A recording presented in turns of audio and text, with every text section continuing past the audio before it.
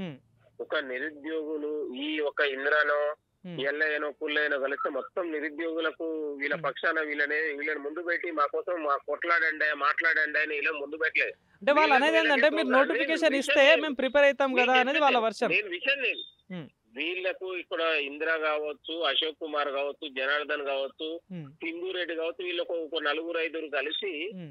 వీళ్ళ వ్యక్తిగత ఎజెండాలు వీళ్ళ ఫోకసే లక్ష్యంగా వీళ్ళు రాజకీయ నాయకులు బీఆర్ఎస్ పార్టీ బీజేపీ నాయకుల దగ్గరికి పోయి ఫోటోలు దిగాలి, మాట్లాడాలి, వాళ్ళకు ఉన్నటువంటి పబ్బం గడుపుకోవాలి ఆలోచన తప్ప అంటే అసలైన గతంలో మీరు బస్ యాత్రలు కూడా చేపించారు కదా మరి అట్లా అనుకుంటే. బస్సు యాత్ర స్వచ్ఛందంగా దయాకరణ గారు, మీరు బీఆర్ఎస్ అని ఒక మాట మాట్లాడుతున్నారు. నిజంగా నీకు ఫేక్ ఉద్యమం అంటున్నారు కదా. నీకు రాజ్యం మీ చేతిలో ఉంది కదన్నా, గవర్నమెంట్ మీ చేతిలో ఉంది, చూపించండి, ప్రూఫ్ ఇవ్వండి. ఎందుకు అనవసరం బీఆర్ఎస్ అంటారు? నేను కాంగ్రెస్ పార్టీ కోసం పనిచేసిన వ్యక్తి. నా వెనుక రాహుల్ గాంధీ సిద్ధాంతాలు అనుసరిస్తా, రేవంత్ రెడ్డి గారంటే అభిమానిస్తా. మీరు మధ్యలో మీ అధికారం కోసం అన్న మీరు అట్లా మాట్లాడద్దు. బీఆర్ఎస్ అని ఏజెంట్లను మాట్లాడితే ఇంకోసారి మాట్లాడితే నేను ఏం చెప్పాలో చేస్తా. తర్వాత మీరు నిజంగా వాళ్ళతో వీళ్ళతో నన్ను పోల్చకండి. ఎవరు పేటెంట్ గారు? నేను పేటెంట్నే. నేను కాంగ్రెస్ పార్టీ కోసం బస్ యాత్ర చేసిన వ్యక్తినే. నన్ను అందరూ అడుగుతున్నారు ఎవరు. నన్ను బీఆర్ఎస్ తో పోలిస్తే మాత్రం మీకు భవిష్యత్తు లేకుండా చేస్తా కొన్ని. ఎందుకంటే ఇలా కాంగ్రెస్ పార్టీ కోసం పనిచేసిన వ్యక్తిని నేను. ఇలా కాంగ్రెస్ పార్టీ సిద్ధాంతాలు ఇష్టం. మా నాన్న నా పేరు పెట్టింది ఇందిరానాయక్ అని, ఇందిరాగాంధీ పేరుతోటి. అన్నా మీరు ఇంకోసారి మరి లైబ్రరీకి అడిగిపోదాంపా, లైబ్రరీకి అడిగిపోంపా అన్న. నేను రేపు పొద్దున 9 గంటల లైబ్రరీకి వస్తా, నువ్వు 9 గంటల లైబ్రరీకి రా, చూసుకుందాం. నేను ఎస్టాబ్లిష్ అవ్వాలనుకుంటే మీకంటే బస్ యాత్ర చేసిన వ్యక్తిని, నేను ఎస్టాబ్లిష్ కావచ్చు. ఇలా కాంగ్రెస్ పార్టీలో కీలకంగా ఉండొచ్చు. ఎస్, నేను ఒక్కనే చేసిన. నేను ఆ రోజు ఎవరు ముందు రాని పరిస్థితిలో నేను ఒక్కనే ముందుకు వచ్చిన. తెలుసా మీకు?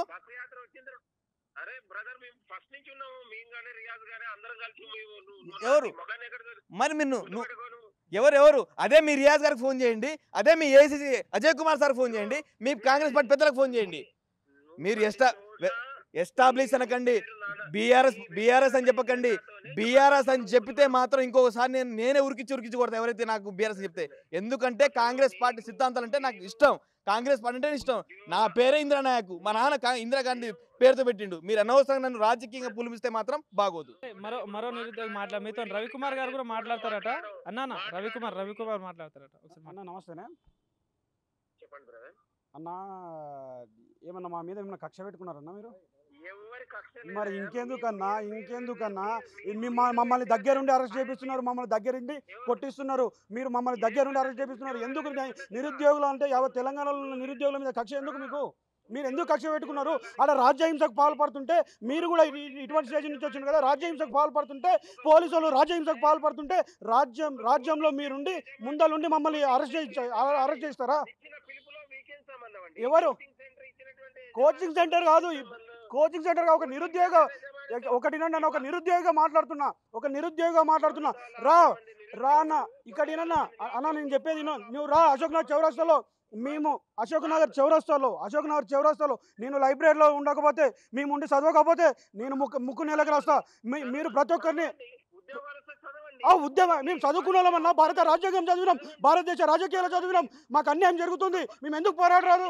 భారతదేశ రాజ్యాంగం చదివినప్పుడు, భారత రాజకీయాలు చదివినప్పుడు, భారతదేశ ఆర్థిక స్థితి చదివినప్పుడు, భారతదేశ సామాజిక స్థితి చదివినప్పుడు మేము ఎందుకు పోరాడొద్దు?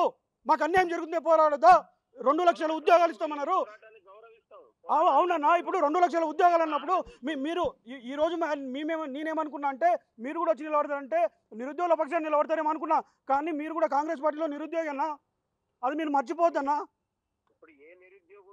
అది మర్చిపోద్దన్నా. ఏడ ఉందన్నా ప్రభుత్వం? ఏడ స్పందిస్తుందన్నా? ఎవరు? ఏ మంత్రి ఉన్నాడు? ఏడ ఉన్నారన్నా? ఏడ ఉన్నారు చెప్పండి. ఏడ ఉన్నారు? కాడ మీరు ముందు నిలబడి ఒక 5 నిమిషాల్లో మా వినతి పత్రాలు తీసుకొని ఇచ్చి పంపింటే అయిపోతుండే. ఇంత రాజహింస అవసరమా?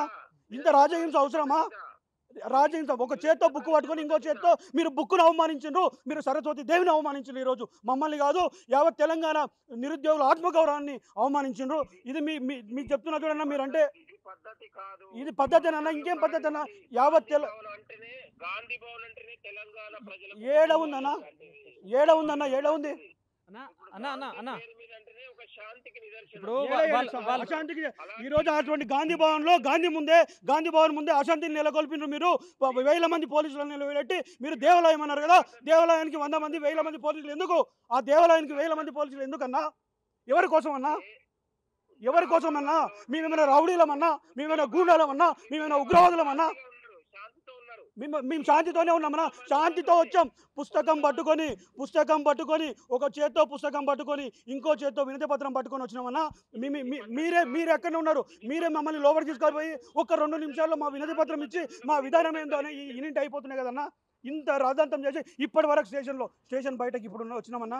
ఒక 4-5 తన వ్యక్తిగత ఎజెండాను ఎవరన్నా? 4-5 ఎవరు? గుర్తుపెట్టుకోండి బ్రదర్. అయితే ఇప్పుడు వాళ్ళు అడిగే ప్రశ్న ఏంటంటే ప్రధానంగా కాంగ్రెస్ పార్టీ ప్రజాపాలన భాగంగా గాంధీ భవన్ లో రోజుకు ఒక ఎమ్మెల్యే కావచ్చు ఎమ్మెల్సీని ప్రతినిధిగా పెట్టింది కదా.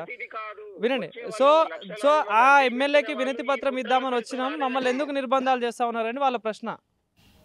వచ్చే వాళ్ళు శాంతియుతంగా ప్రజాస్వామ్యంగా వచ్చే వాళ్ళు కలుస్తున్నారు, మాట్లాడుతూ ఉన్నారు. మాతో కూడా గాంధీ భవన్ కూడా అనేక మంది నిరుద్యోగులు స్వచ్ఛందంగా వస్తారు, డెమోక్రటిక్ వస్తారు. ఇట్లా వైలెన్స్ చేసుకుంటూ మీడియాలో ఏం వైలెన్స్ చేసినామన్నా చెప్పండి అన్న. ఏమైనా ఏ బస్సునన్నా తగలబెట్టినామా? ఎవరికన్నా ఒక చిన్న ఇబ్బంది పెట్టినామా? చెప్పండి. ఎవరు పోనీ అశోక్ సార్ కూడా వచ్చిన అనుకో, అశోక్ సార్ ఎవరైనా తగలబెట్టనా? అరే నిరుద్యోగుల పక్షాన ఇప్పుడు అన్న, ఇప్పుడు ఆ రోజు బల్మూరు వెంకటికి ఏం సంబంధం ఉండే? ఆ రోజు రియాజ్కి ఏం సంబంధం ఉండే? రియాజ్ కూడా అదే అశోక్ సారు ఏడ బాధ్యతతో ఉన్నారు. అదే అశోక్ సారు కదా బస్సు యాత్ర చేసిన. ఆ రోజు అశోక్ సార్తో ఏం సంబంధం? నీకేం సంబంధం అని ఆ రోజు మీరు అనలేదు. అంటే ఆ రోజు ఆయన అవసరం కాబట్టి వాడుకుంటారు, ఈరోజు ఆయన అవసరం లేదు కాబట్టి వ్యతిరేకంగా మాట్లాడతారా? ఆ రోజు అవసరం లేకుండా ఇదే అశోక్ సార్కి అవసరం లేకుండా మరి ఎందుకు తీసుకున్నారు? అదే రియాజ్ సార్ది కూడా 5 మంత్రే కదా, అదెందుకు తీసుకున్నారు? ఆయన ఎందుకు తీసుకున్నారు? ఏ అవసరం ఉండి బల్మూరు వెంకట్ మా దగ్గరికి వచ్చిండే? వీళ్ళందరూ కూడా నిరుద్యోగులనా? లేదన్నా, వీళ్ళందరూ నిరుద్యోగులే. నా క్వశ్చన్కి ఆన్సర్ చెప్పండి అన్న. బల్మూరు వెంకట్ నిరుద్యోగే చెప్పండి. బలమూరు వెంకట్ గారైనా లేకపోతే రియాజ్ గారైనా తెలంగాణ దయాకర్ అయినా కోదండరామ్ గారు అంటే ఆ రోజు పోనీ ఇప్పుడు మీరు అన్న అశోక్ సార్ గురించి మరి ఆ రోజు అశోక్ సార్ని ఎందుకు ఊచిగొల్పినరు మీరు? ఏడ బాధ్యత ఉందన్నా? ఏడ అడుగుతున్నారు? 2 లక్షల ఉద్యోగాలని యావత్ నిరుద్యోగులని నట్టేట ముంచిండ్రు మీరు. నట్టేట యావత్ నిరుద్యోగ లోకని నట్టేట ముంచిండ్రు. ఏం వెలుగు నింపిండ్రు? ఎన్ని వేసిండ్రన్నా? ఏం వెలుగులు నింపిండ్రు మీరు? ఎవరికి ఏడ ఉన్నాయన్నా? ఏడ చేసిండ్రు? అలా 11,400 మాత్రం మీరు ఇచ్చిండ్రు. వాళ్ళు ఇచ్చిన అయినా కూడా మీరు ఇప్పటి వరకు ఒక్క ఉద్యోగం కూడా ఇచ్చేయకుండా మమ్మల్ని నట్టేట ముంచిండ్రు అన్న. యావత్ తెలంగాణ సమాజాన్ని నట్టేట ముంచిండ్రు మీరు అన్న. సో ఫైనల్గా ఏం చెప్తారు మరి ఈరోజు జరిగిన కార్యక్రమం విషయంలో కావచ్చు, ఇప్పుడు నిరుద్యోగులు చెప్పిన అంశాల విషయంలో కావచ్చు? సో మరి కాంగ్రెస్ ప్రభుత్వం వాళ్ళకి ఏం చెప్పబోతుంది మరి రాబోయే రోజులలో? ఉద్యోగాల భర్తీకి సన్నాహాలు జరుగుతా ఉన్నాయి. ఆల్రెడీ విధి విధానాలు స్టార్ట్ అయిపోతా ఉన్నాయి. మరికొన్ని రోజులలోనే నోటిఫికేషన్ ఇవ్వాలనే ఆలోచన ప్రభుత్వానికి ఉంది.